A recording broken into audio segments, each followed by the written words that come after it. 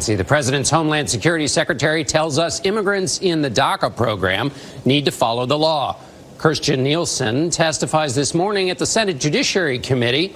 She was in the Oval Office during last week's impassioned White House meeting on DACA. We asked Secretary Nielsen about that meeting and the president's views on immigration.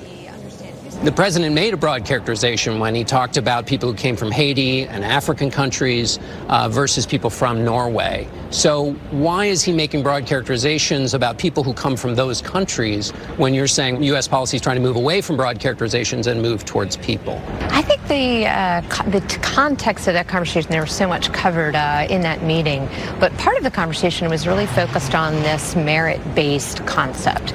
So he had just met with the Prime Minister of Norway, was very impressed with what she told him about the successes that Norway has experienced. So he was just using that as an example of a place that accepts immigrants in part based on merit.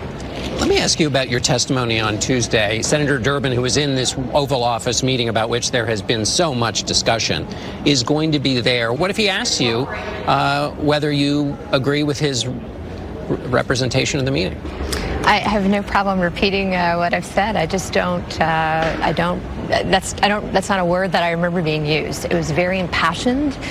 People on all sides feel very strongly about this issue, frankly, as well as they should.